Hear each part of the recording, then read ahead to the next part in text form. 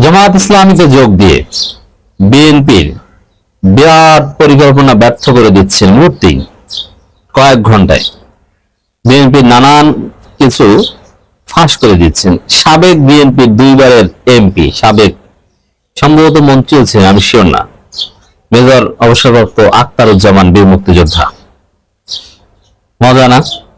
দেখেন, এই আখতারুজ্জামান জামাতে যোগ দিয়েছে, এটা নিয়ে জামাতপন্থীরা অনেকে সমালোচনা করছে। করুক, এটা একটা সৌন্দর্য যে জামাত কেন তাকে গ্রহণ করলো। এখন জামাত সবাইকে গ্রহণ করে গণহারে, এটা না। আমি কিন্তু আপনাদের একটা সিক্রেট তথ্য দিয়েছি, এটা আপনারা জানেন না, এটা আমি জানি বলে বলছি।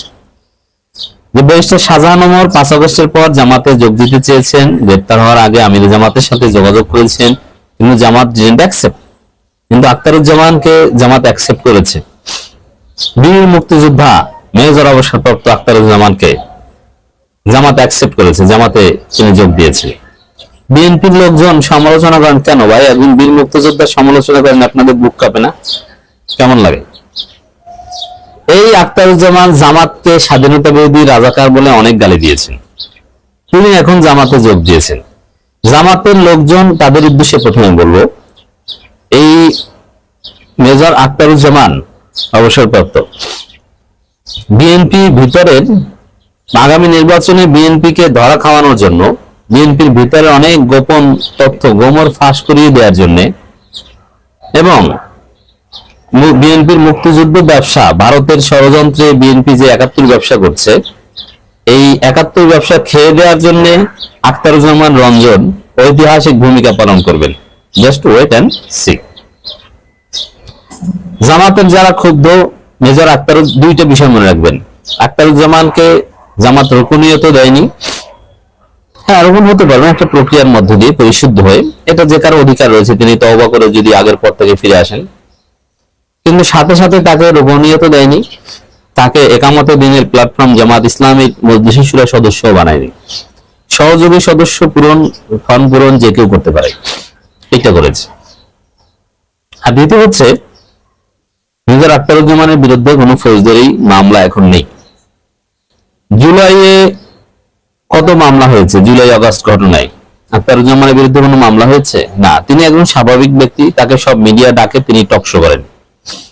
এর মানে তিনি লুকিয়ে থাকা গোপন কোনো ব্যক্তি নয়, তিনি ওপেন ব্যক্তি, তিনি সোসাইটিতে নর্মালাইজড, তিনি বিএনপি করতেন।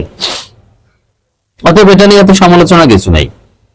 কিন্তু আওয়ামী লীগের পদধারীরা প্রত্যেক দিন বিএনপিতে যোগ দেয়, তাতে সমস্যা নাই। আর বিএনপির পদধারীরা, বিএনপির সাবেক এমপিরা জামাতে যোগ দিলে আপনাদের জলে।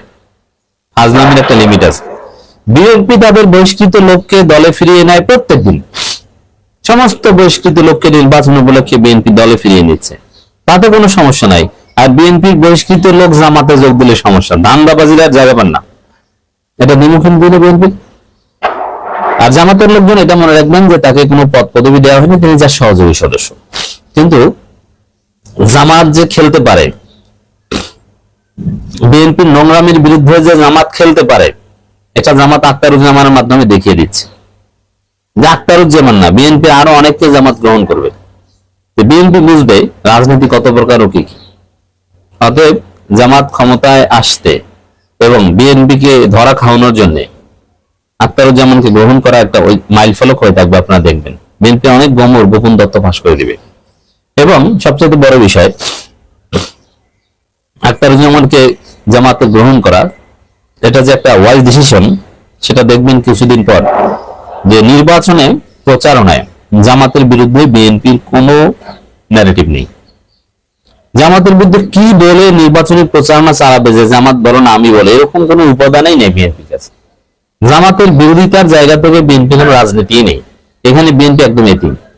আচ্ছা বলেন তো, কি বলবে? জামাত খারাপ, জামাত নিজেরা দুই গ্রুপে মারামারি করে, জামাত চান্দাবাজি করে, কি বলবে? নির্বাচনী প্রচার মাঠে দাঁড়িয়ে জামাতের বিরুদ্ধে কি বলবে? জামাতের প্রার্থী চাইতে সৎ যোগ্য কোন প্রার্থী অসম্ভব।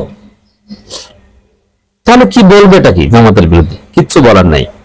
একটা কথা বলে কি, যেমন সাদিক কায়েমের বিরুদ্ধে কি বলেছে বলেন? উল্লেখ করার মতো কোন প্রচারণা বিরুদ্ধে চালাতে পেরেছে?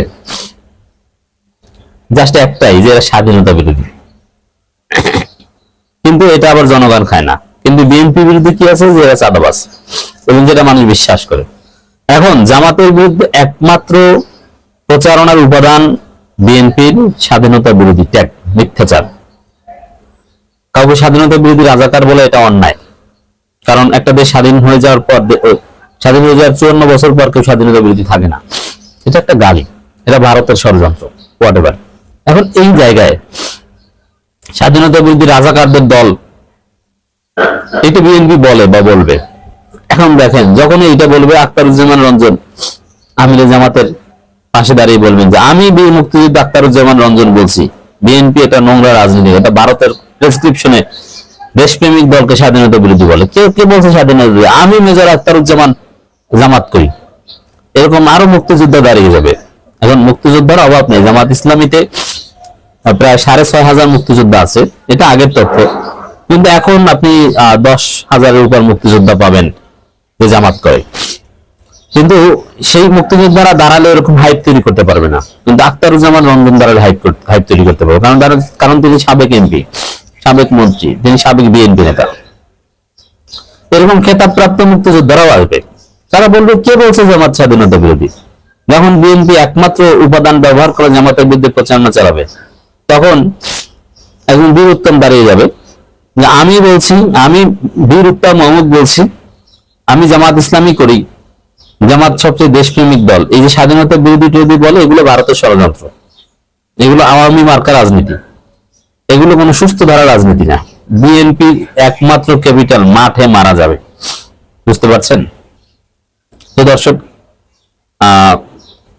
দেখেন জামাতে যোগ দেওয়ার পর থেকে আখতারুজ্জামান কিন্তু হিট, সব মিডিয়া তাকে খুঁজছে। তার সাথে আমার কথা হয়নি, কিন্তু আমার ধারণা যে টক শো দাওয়াত, তার শিডিউল মেনটেন করতে কষ্ট হয়, তিনি কিন্তু টক শো বান এবং ভালো কথা বলতে পারেন। এখন দেখবেন যে শাহরিয়ার কবির জামাতের পক্ষ হয়ে টক শো মাতাতো না, এখন আখতারুজ্জামান মাতাবে। নমিনেশন দরকার নাই, এবং তিনি বলছেন যে আমি নমিনেশনের জন্য এখানে আসিনি। আর জামাত নমিনেশন দিলে তো নিবি, নমিনেশন দেওয়া উচিত আমি মনে করি। ফজলু পাগলাকে কে ধোলাই দেবে জানেন?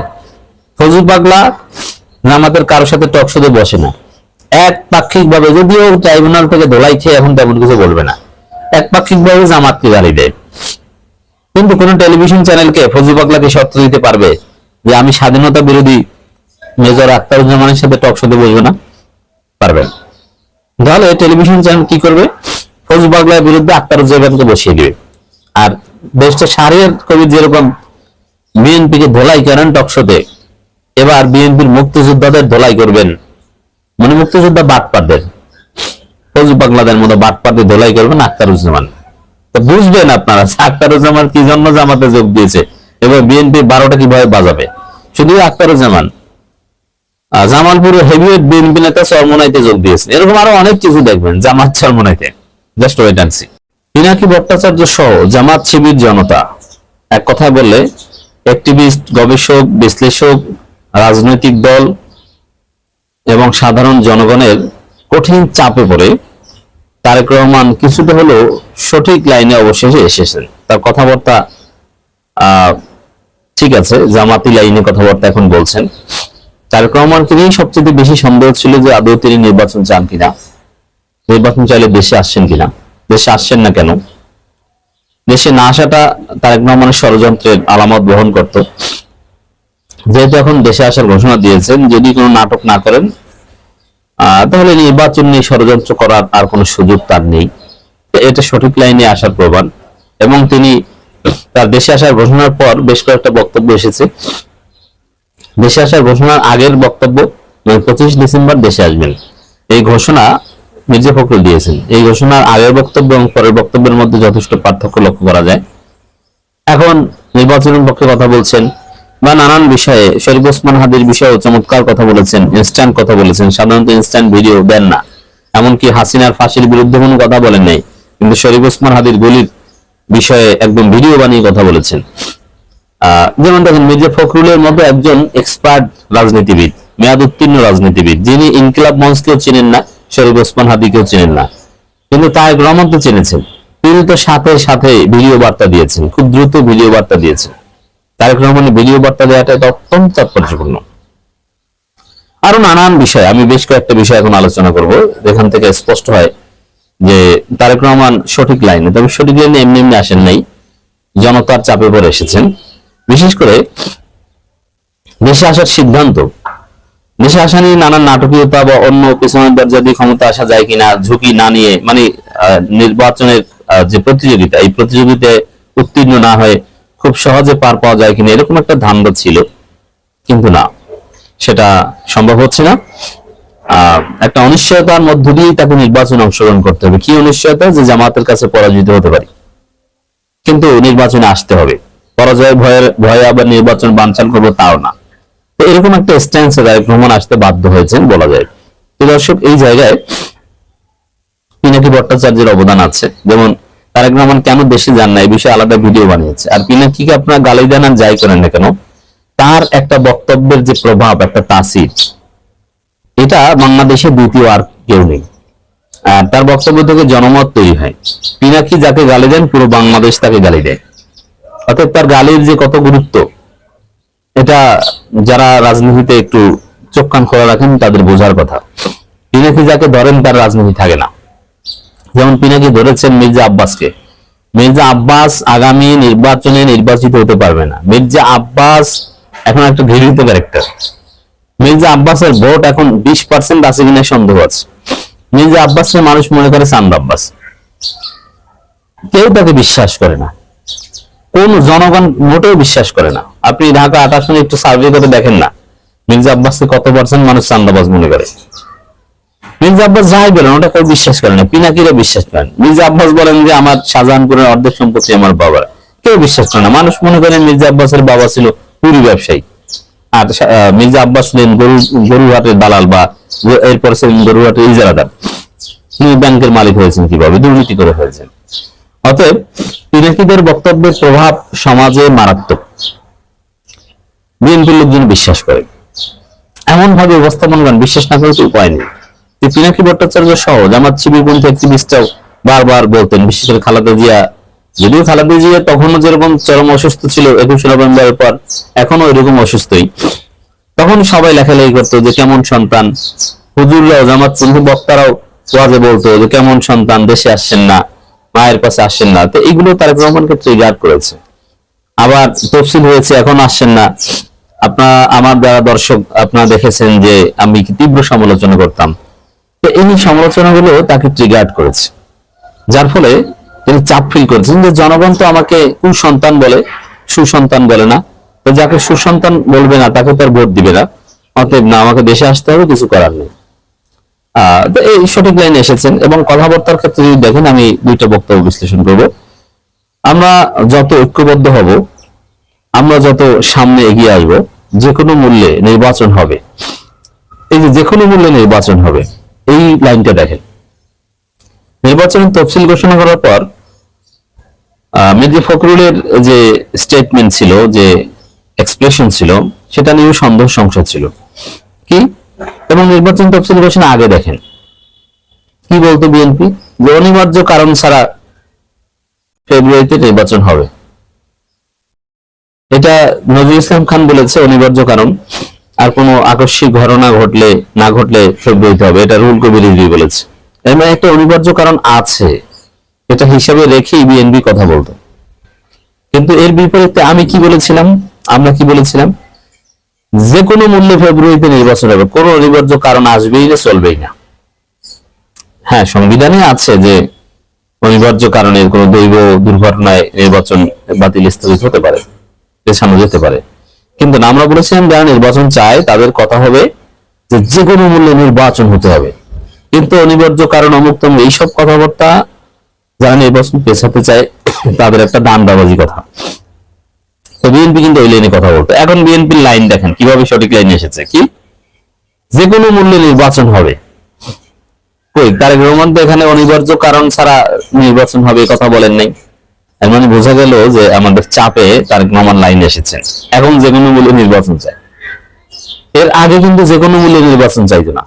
এর মানে বুকে পাথর চাপা দিয়ে কোন রকম মেনে নিয়েছিল। কিন্তু এখন দেখছে যে না, কোনো ষড়যন্ত্র পেছনের দরজা এটা চলবে না, এখন ঝুঁকি নিয়ে নির্বাচনে আসতে হবে। ষড়যন্ত্রকারীরা তত পিছু হতে বাধ্য হবে। ষড়যন্ত্রকারী পিছু হওয়ার ক্ষমতা হয় সত্যি একমাত্র বিএনপি আছে। ওটা বিএনপি চাপাবাজি এগুলো করুক, বিএনপির কি ক্ষমতা আছে সেটা তো আমরা গত 15 বছরে দেখেছি। পুলিশের বাঁশির শব্দ শুনে দৌড়ায় যে আমরা সবাই জিয়ার সেনা, ভয় করি না বুলেট বোমা। একথা বলার সাথে সাথে পুলিশ বাঁশির ফুদায় আর উল্টো দিকে দৌড়ায়। ছাত্রদলের কেন্দ্রীয় সভাপতি বর্তমান বিএনপি প্রচার সম্পাদক সুলতান সালাউদ্দিন টুকু। আর বাকি নেতাদের অবস্থা তো 28 অক্টোবর 2023 আমরা দেখেছি। তারেক রহমান বলছেন ষড়যন্ত্র চলছে, নির্বাচন অত সহজে হবে না। সহজে হবে না মানে এটা এখন নির্বাচন এত সহজে হবে না, এই নেগেটিভ কথার, পেসিমিস্টিক কথার সমালোচনা আমরা করতাম, কিন্তু না, তারেক রহমানের পুরো বক্তব্যে সহজে হবে না, হতে দেওয়া হবে না, কিন্তু আমরা করব, সেই ষড়যন্ত্র ওভারকাম করব, এই ধরনের বক্তব্য আছে। তারেক রহমান এখানে পজিটিভ। এই ধরনের পজিটিভ কথা তফসিল ঘোষণার আগে কিংবা তফসিল ঘোষণার পরেও বলেননি, কিন্তু তফসিল ঘোষণার পর, দেশে আসার ঘোষণার পর তারেক রহমান এই ধরনের পজিটিভ কথা বলছেন। এটা জনগণের চাপ, এটি আমাদের সফলতা যে আমরা চাপ দিলে, সমালোচনা করলে এভাবে ট্রিগার্ড হয়ে, আর আমাদের সমালোচনার উদ্দেশ্য হচ্ছে এটা, আমরা তো আর কাউকে মেরে ফেলতে চাই না, কাউকে খেয়ে ফেলতে চাই না, আমাদের সমালোচনা হচ্ছে সংশোধনের জন্য। এভাবে যদি সংশোধন হয় ওয়েলকাম। এবং শহীদ ওসমান হাদির বিষয়ে ব্যক্তিগতভাবে আলাদাভাবে তো স্টেটমেন্ট দিয়েছেন, ভিডিও বার্তা দিয়েছেন, আবার তার প্রোগ্রামে বক্তব্য দেওয়ার মধ্যেও এই ঘটনা উল্লেখ করেছেন। তো ওভারঅল তারেক রহমানকে এখন পজিটিভ মনে হচ্ছে যে লাইনে এসেছেন কিছুটা হলে। দেখি কতক্ষণ থাকে এই সঠিক লাইন।